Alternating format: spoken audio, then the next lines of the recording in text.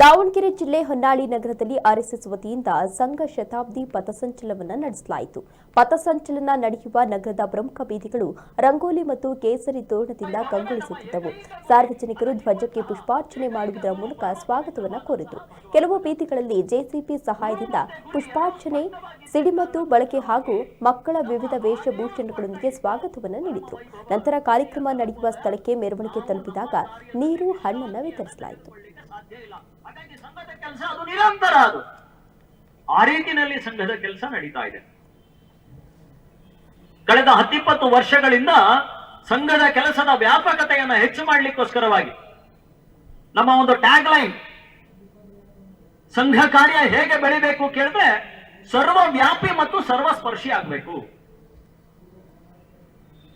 ನೋಡಿ, ಸಂಘದ ಕೆಲಸಕ್ಕೆ ಬಂದಂತಹ, ಸಂಘದ ಸಂಪರ್ಕಕ್ಕೆ ಬಂದಂತಹ ಪ್ರತಿ ವ್ಯಕ್ತಿ ಅವರ ಅನುಭವದಲ್ಲಿ ಹೇಳೋದೇನು ಅಂತ ಕೇಳಿದ್ರೆ, ಸಂಘದ ಒಳಗಡೆ ಬೇರೆ ಎಲ್ಲ ಕಡೆಗಳಲ್ಲೂ ಇಲ್ಲದೆ ಇರುವಂತಹ ಒಂದು ಸಂಗತಿ ನಾವಿಲ್ಲಿ ಗುರುತಿಸಬಹುದಾಗಿರೋದು ಯಾವುದು ಕೇಳಿದ್ರೆ, ಇಲ್ಲಿ ಜಾತಿಯನ್ನ ಯಾರು ಕೂಡ ಕೇಳೋದಿಲ್ಲ.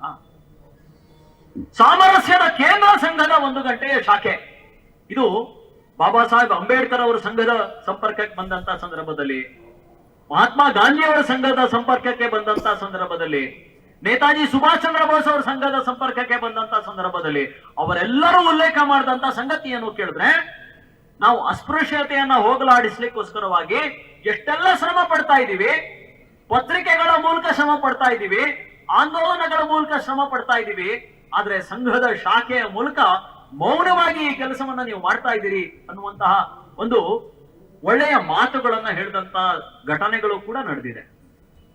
ಹಾಗೆ ಸಾಮರಸ್ಯದ ಒಂದು ಕೇಂದ್ರ 1 ಗಂಟೆಯ ಶಾಖೆ, ಇದರ ಮೂಲಕ ಸಮಾಜದ ಮಧ್ಯದಲ್ಲಿ ಸರ್ವಸ್ಪರ್ಶಿ ಅಂದ್ರೆ ಅತ್ಯಂತ ಕಟ್ಟ ಕಡೆಯ ವ್ಯಕ್ತಿಯವರೆಗೆ, ತಳ ಸಮುದಾಯದವರೆಗೆ, ಬುಡಕಟ್ಟು ಸಮಾಜದ ಒಳಗಡೆ, ಬುಡಕಟ್ಟು ಸಮುದಾಯದ ಒಳಗಡೆಯೂ ಕೂಡ ಸಂಘದ ಕೆಲಸ ಹೋಗಬೇಕು. ಆ ರೀತಿಯಲ್ಲಿ ಸರ್ವ ಸ್ಪರ್ಶಿಯಾದಂತಹ ಕೆಲಸ ನಮ್ದು ನಡೀತಾ ಇದೆ.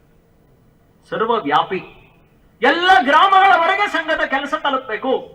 ಈ ಕೆಲಸವು ಕಳೆದ 10-20 ವರ್ಷಗಳಿಂದ ನಡೀತಾ ಇದೆ.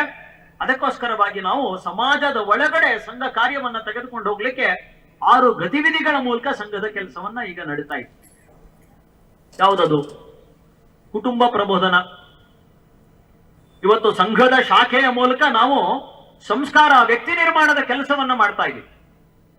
2ನೇ ಭಾಗದಲ್ಲಿ ವ್ಯವಸ್ಥಾ ಪರಿವರ್ತನೆಗೋಸ್ಕರವಾಗಿ ವಿವಿಧ ಕ್ಷೇತ್ರಗಳ ಮೂಲಕ ಕೆಲಸ ನಡೀತಾ ಇದೆ. ಸಮಾಜ ಪರಿವರ್ತನೆಯ ಕೆಲಸ 15-20 ವರ್ಷಗಳಿಂದ ನಾವು ಮಾಡ್ತಾ ಇದ್ದೀವಿ. ಈ ಸಮಾಜ ಪರಿವರ್ತನೆಗೆ ಬೇಕಾದಂತಹ ಮೊದಲನೇ ಕೆಲಸ ಯಾವುದು ಕೇಳಿದ್ರೆ ಈ ಕುಟುಂಬ ಪ್ರಬೋಧನ. ಯಾಕೆ ಇದಕ್ಕೆ ಇಷ್ಟು ಮಹತ್ವ ಕೊಡ್ತಾ ಇದೆ? ನಮ್ಮ ಸಮಾಜ ಇಷ್ಟು ಗಟ್ಟಿಯಾಗಿದೆ, ಹಿಂದೂ ಸಮಾಜ ಇಷ್ಟೊಂದು ಗಟ್ಟಿಯಾಗಿದೆ, ಹಿಂದೂ ರಾಷ್ಟ್ರ ಇಷ್ಟು ಗಟ್ಟಿಯಾಗಿ ಉಳ್ಕೊಳ್ಳಿಕ್ ಸಾಧ್ಯ ಆಗಿದೆ ಅಂತ ಕೇಳಿದ್ರೆ ನಮ್ಮ ಮೂಲ ಘಟಕ ಇದೆಯಲ್ಲ, ಅದು ಕುಟುಂಬ. ಆ ವ್ಯವಸ್ಥೆ ನಮ್ಮ ದೇಶದಲ್ಲಿ ಅತ್ಯಂತ ಬಲಿಷ್ಠವಾಗಿದೆ.